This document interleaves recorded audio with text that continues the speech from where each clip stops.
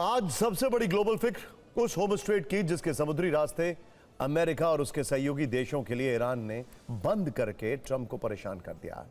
और ईरान की इस नाकाबंदी से दुनिया में कच्चे तेल की सप्लाई पर और दाम पर गंभीर असर पड़ रहा है। और अब होम स्ट्रेट में अमेरिका ने ऐसा आसमानी प्रहार किया है जिससे पूरा ईरान कांप उठा है। ट्रंप ने ईरान को सबक सिखाने के लिए होम स्ट्रेट के पास विध्वंसक हमला किया है। वहां अमेरिकी वायुसेना ने 5000 पाउंड का महाबम गिराया। खर्ग आइलैंड के बाद अब होम स्ट्रेट में भी अमेरिकी बमबारी एक बहुत बड़ी मैसेजिंग है। इस बमबारी के वीडियो अभी तक सामने नहीं आए, लेकिन हम आपको एक एआई वीडियो के जरिए हूबहू यह हमला दिखाने का प्रयास कर रहे हैं।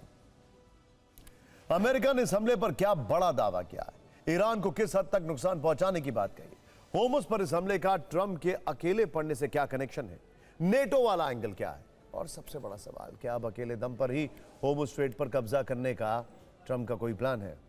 इन सारे सवालों के जवाब सिलसिलेवार तरीके से आपको देने की कोशिश करेंगे।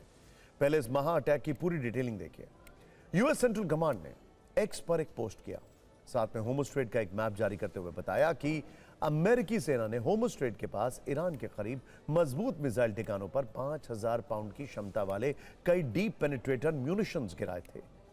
इस हमले में ईरान के एंटीशिप क्रूज मिसाइल के बेस तबाह हो गए, जो होम स्ट्रेट में अंतर्राष्ट्रीय जहाजों के आने जाने में सबसे बड़ा खतरा थे।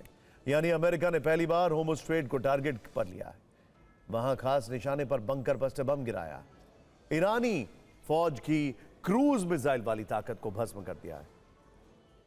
यह इस बात का भी सबूत है कि अमेरिका जमीन के अंदर टनल्स में छिपे ईरान के विध्वंसक हथियारों के बेस को टारगेट कर रहा है। अमेरिकी बॉम्बर से जिस बम को वहां पर ड्रॉप किया गया है, हमारे पास उसकी भी काफी डिटेल है। अमेरिका ने होमस को दिलाने के लिए GBU-72 बम का इस्तेमाल किया है। वो भी 2300 किलोग्राम के बम से हमला किया गया है। असल में GBU-72 एक एडवांस 5K पेनिट्रेटर बम है, जो जॉइंट डायरेक्ट अटैक म्यूनिशन तकनीक से चलता है। इसे सैटेलाइट और इनर्शियल नेविगेशन सिस्टम से लक्ष्य तक पहुंचाया जाता है। वर्ष 2021 में अमेरिका में पहली बार GBU-72 बम का सफल परीक्षण किया गया था। उस समय अमेरिकी वायुसेना ने कहा था कि इस बम को विशेष तौर पर गहराई में बने मजबूत ठिकानों को नष्ट करने के लिए बनाया गया है। यह बम फाइटर जेट के साथ बॉम्बर से भी अंडरग्राउंड लक्ष्य पर गिराया जा सकता है।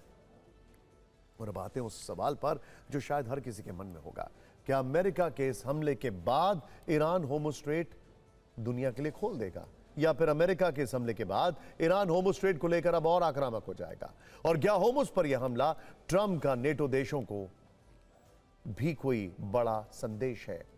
अमेरिका ने वहां पर यह कार्रवाई अकेले दम पर की है, और यह एक्शन तब लिया गया है जब ट्रंप लगातार नेटो देशों से होमस पर साथ आने की अपील कर रहे थे, और नेटो देशों में शामिल जर्मनी, फ्रांस ने से लेकर ब्रिटेन तक ने उन्हें सैन्य कार्रवाई के लिए होमस में युद्धपोत भेजने से साफ मना कर दिया, जिसके बाद ट्रंप होमस के मुद्दे पर बिल्कुल फंस चुके थे। ये जानना जरूरी है कि अमेरिका के कौन कौन से साथी देशों ने ट्रंप को होमस पर साथ आने से साफ इनकार कर दिया।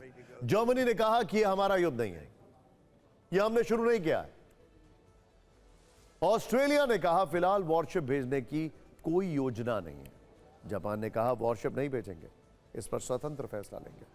ब्रिटेन ने कहा विकल्पों पर चर्चा के लिए तैयार है, लेकिन इस युद्ध में नहीं फंसेंगे। फ्रांस ने कहा कि फिलहाल मदद नहीं कर पाएंगे, वॉरशिप नहीं भेजेंगे, इन हालातों में डिफेंसिव रहेंगे।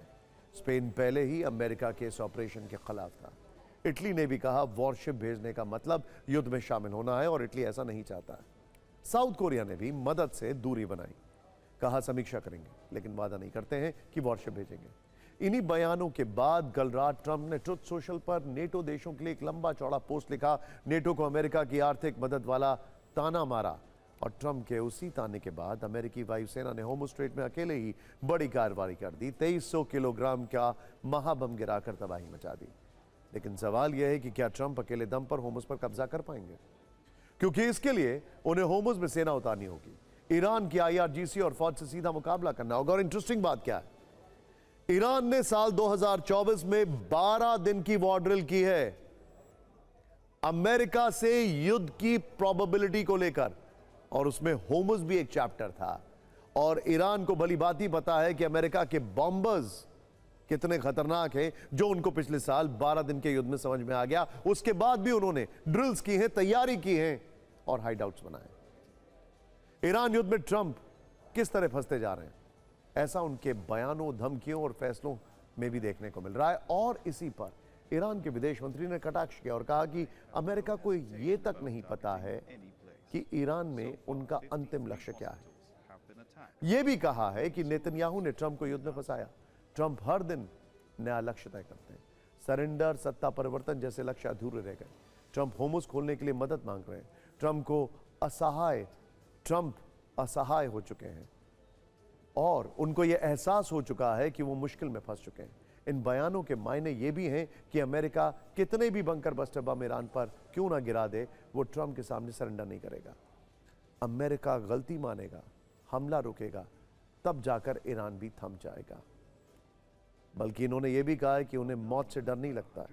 अब्बास अरागची ने कहा है कि उनको मौत से डर नहीं लगता।